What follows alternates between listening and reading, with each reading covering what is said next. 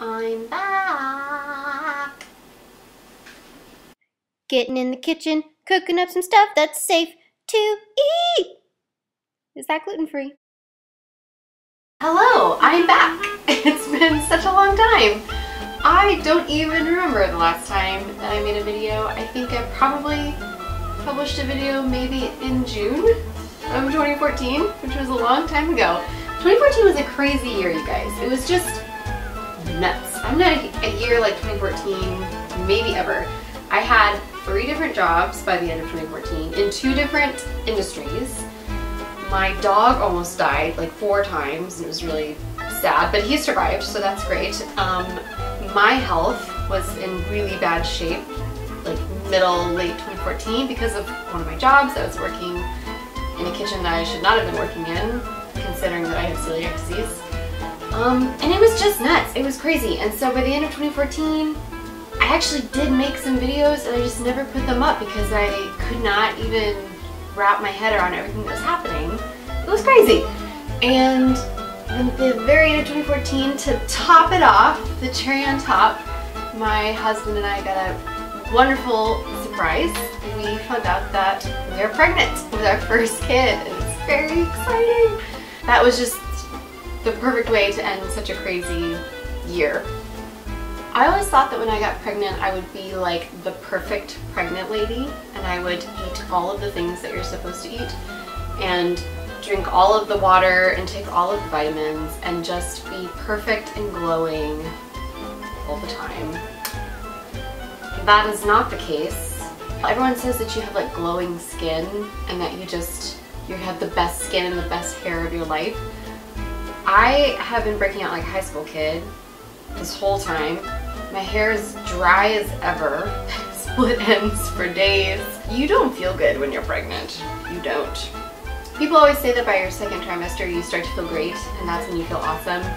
I've heard that that's not necessarily true either. It just depends on who you are. Everybody is different. So I'm hoping that that's the case for me, but so far it's been a really weird 3 months. Pregnancy is just strange. Now imagine fitting pregnancy into celiac disease, which is what I think I've been trying to do for the past 3 months. I think pregnancy is hard enough as it is, and then I've been trying to shove this really weird, odd time in my life into the parameters of celiac disease, and that is really hard to do. For those of you that might be wondering, yes, when you are pregnant and you have celiac disease, you still have to eat a gluten-free diet, maybe even more so than before, if that makes any sense. I've always been really strict about my diet because I understand the damage that can do to my body when I'm not pregnant, but there is very significant research to suggest that untreated celiac disease or not following a gluten-free diet while you are pregnant, if you have celiac disease, can lead to very negative effects for yourself and for your pregnancy. So I have been even more diligent and crazy about everything that I put in my food since I found out I was pregnant, which can be kind of annoying because you still have cravings even when you have celiac disease and you're pregnant. Like, those pregnancy cravings still happen, but everything that I've been craving I can't have. I'm craving Arby's curly fries specifically. Also Shipley's donuts I'm craving a lot, like every day.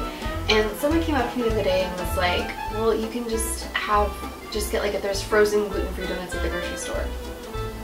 A Shipley's donut is not just a donut, it's a Shipley's donut. You can't even compare a Shipley's donut to another gluten-filled donut. So a frozen gluten-free donut is not going to replace a Shipley's donut. Probably though, my most interesting craving to date has been Pop Tarts. I may have spent more than enough time on the internet just researching Pop Tarts, the evolution of Pop Tarts, the history of Pop Tarts, the evolution of the flavors, like how they started out with like some basic flavors and then they got into like the wild flavors, like the wild strawberry and the wild cherry flavors. Got into that. So today we're gonna make Pop Tarts. far and away my favorite Pop Tart of all time was the brown sugar cinnamon Pop Tart, which if you think about it, it's just pie crust encasing sugar with more sugar on top. That's all a brown sugar cinnamon Pop Tart is. People way overthink pie dough. Like gluten or gluten-free doesn't really matter. I've found in my life that people really stress about pie dough. There's like whole episodes on the Food Network around Thanksgiving just devoted to pie dough because people really stress about pie dough. And I've never really understood why, because it's one of the most simple recipes out there. And I think it comes down to maybe the key element that people are missing is that you just have to keep it cold. You have to keep it cold. That is the key. Because whatever fat you've used, butter, lard, oil, whatever it is, if it's like freezing cold when you stick it in the oven, that's going to melt that fat so fast, and then it releases all the steam, and that's how you get, the steam gets trapped in the flour and the other stuff, and that's what makes a flaky pie crust, because you've got this like steam in between layers of dough from the fat that melted so fast. That's the key. That's it. But other than that, there's like 3 ingredients, maybe 5 if you're being cray. But then you're being cray, you know? Like, don't worry about it. Just don't worry about your pie dough. So I already made the pie dough that we're going to use today. It's a very simple butter crust recipe. So I use about a cup of flour. And as long as you have a gluten-free flour blend that you really trust, then just use that blend. It should be fine. I really like cup for cup, so that's what I use today. And again, it's about a cup, maybe a little bit more, with a stick of really cold, just out of the fridge butter cut into cubes. You throw that in there with the flour in your mixer. You could also do this in a food processor. I like to do it in my stand mixer because my food processor is pretty intense and I feel like it makes the butter pieces too small, and I don't like how, I just feel like really quickly I lose control of the size of my butter. And what we're going for is like pea-sized little pieces of butter in the flour. So if you have a food processor that you can control really well, control the speed of, and you feel like that would be easier for you, you can totally do this entire process in a food processor. I prefer my stand mixer. So we're just mixing the flour and the butter until the butter breaks up and it mixes in with the flour, but you still see chunks of butter. You want like small, about pea-sized chunks of butter throughout the flour. Then I added a 1.5 teaspoons of apple cider vinegar, which is just going to give it that nice little buttermilk flavor happening. And then ice water, and again the ice water is just to keep that butter cold, because that's what we want to do this entire process. We want to keep our fat really, really cold. So you add a little bit of ice water at a time until your dough comes together. So you don't want to add a whole bunch of ice water, just add a little bit and then continue mixing, and as soon as your dough comes together and it looks like pie dough, stop adding water, you're done. Process done. So take it out of your food processor or your stand mixer, put it into some saran wrap, and then you want to flatten it as much as possible because that's going to make it easier for you later. So just get it as flat as you possibly can, wrap it in some saran wrap, and stick it back in the freezer. Again, we just want to keep that butter cold. That is our goal. After it's been in the freezer for a good bit and you feel like the fat is nice and cold and or frozen again, you're going to pull it back out. If your dough is frozen, you might want to let it sit for a little bit because we are going to be rolling it out, and it can't really roll if it's frozen. You don't want it to break into a bunch of pieces. So, but if it's just nice and cold, which is kind of how long I left mine in the freezer, you pull it out and start rolling out your dough. Then, once you get to a nice, I don't know, I did like maybe like 1/4 of an inch thick, maybe a little less. It's up to you how thick you want your Pop Tart pieces to be, but I went to about 1/4 of an inch thick. Then we want to start measuring out our Pop Tart pieces, and I think Pop Tarts are about 4 inches by 3 inches. I could be wrong, but that was my guess. I guess that they're about 3 by 4 inches. So get out a ruler and get out a pizza cutter and just start measuring out 3-inch by 4-inch rectangles. And you know, these are going to fit on top of each other. These are like sandwich pieces, so you kind of want your Pop Tart sandwich pieces to be as close in size as possible. But there's tools out there that you can get to like help you cut in perfectly straight lines. I don't have one of those in my house, but it'll do the best you can. We're going to make it work. So as close as you can get these all to the same size, the better. Then stick them on a pan with parchment paper, stick them back in the freezer, because again, these have been out now for, I don't know, a few minutes and the fat's getting warmer. We don't want it to get warm, so stick it back in the freezer so the fat is really cold. Okay, so the filling is pretty simple. It's pretty much just sugar and cinnamon. So we're going to take about half a cup of brown sugar. You can do light or dark. I'm a dark brown sugar kind of person, so I'm doing dark. And then you want to do a couple teaspoons of cinnamon, and make sure that it's not Cuban, which I have done before. So it's definitely cinnamon. We're going to do, again, 2 teaspoons. Oops. And then, just to help hold it together really as it's baking, we're going to do a couple tablespoons of flour. And I'm just using my cup for cup blend, which is what I used in the pie crust as well. And that's 2 tablespoons, just to help, you know, hold it all together. And just kind of mix that around. That is it for the filling. That's all we have to do.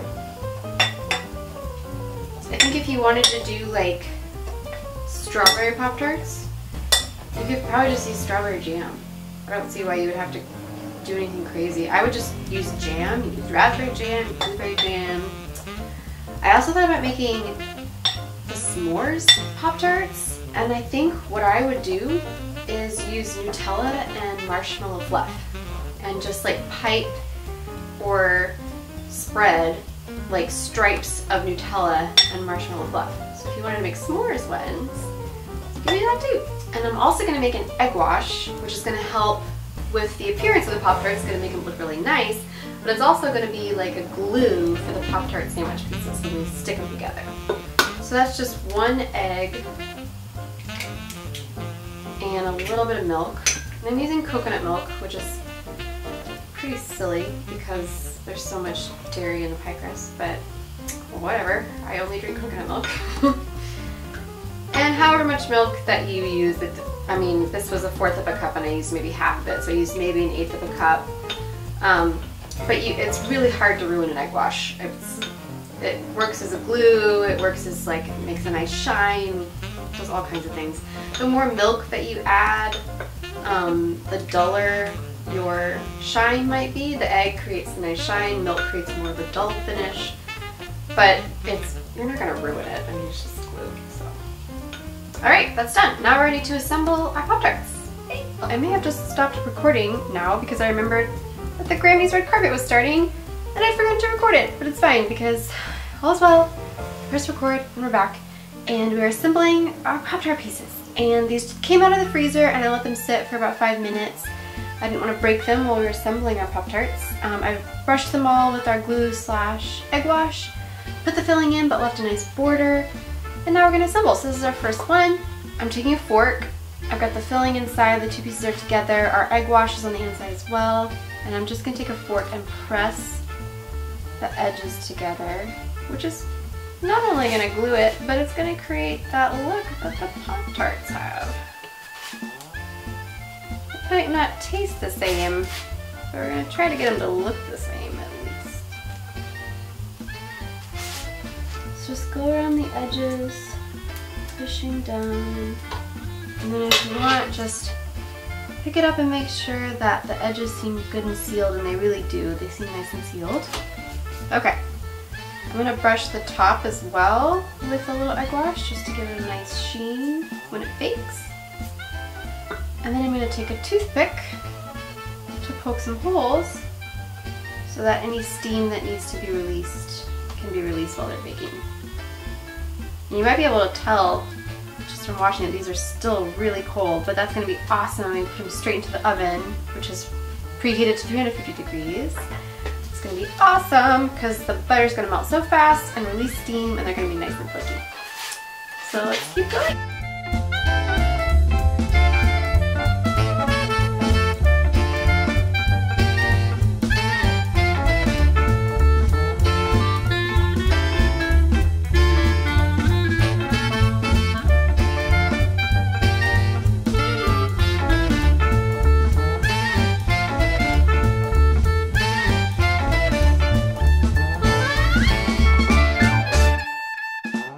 Alright, our Pop-Tarts are assembled, and I'm going to stick them in the oven right now while the dough is still pretty cold.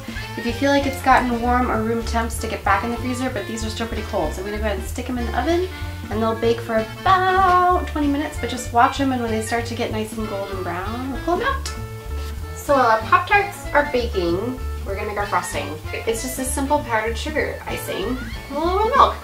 So I've got, what did I do? A third of a cup. I did a third of a cup of powdered sugar. That's gonna be way too much frosting, but it's fine. And I still have my coconut milk, and this is like a little more than 1/8 of a cup, which should be more than enough. I might need a little more, I think, maybe, actually. Somewhere in there. You want to mix it in. You want to get it to frosting consistency, but you don't want it to be super runny. Actually, this is perfect. So a third of a cup of powdered sugar with about 1/8 of a cup of milk. And it's absolutely perfect. Look at this. You just mix it together. It's like super viscous. That's like exactly what you want. That's awesome. Okay, and I'm gonna add some cinnamon to it because these are brown sugar cinnamon Pop Tarts. How much cinnamon? I don't know. Do you like cinnamon? I love cinnamon. Yeah. That kind of actually, it kind of looks like it actually. It's kind of like that light brown. Yes. Perfect. Now we're just gonna wait for our Pop Tarts to finish and cool, and then we'll frost them, and then we'll eat them.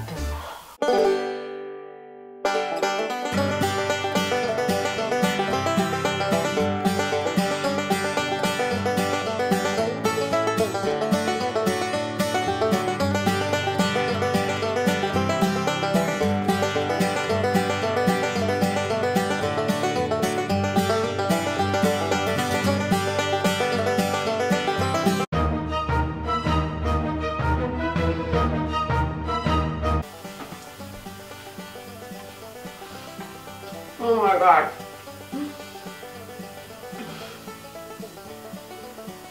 You guys, these are amazing. Please do yourself a favor. Make these at home. They're so good. They're really, really good.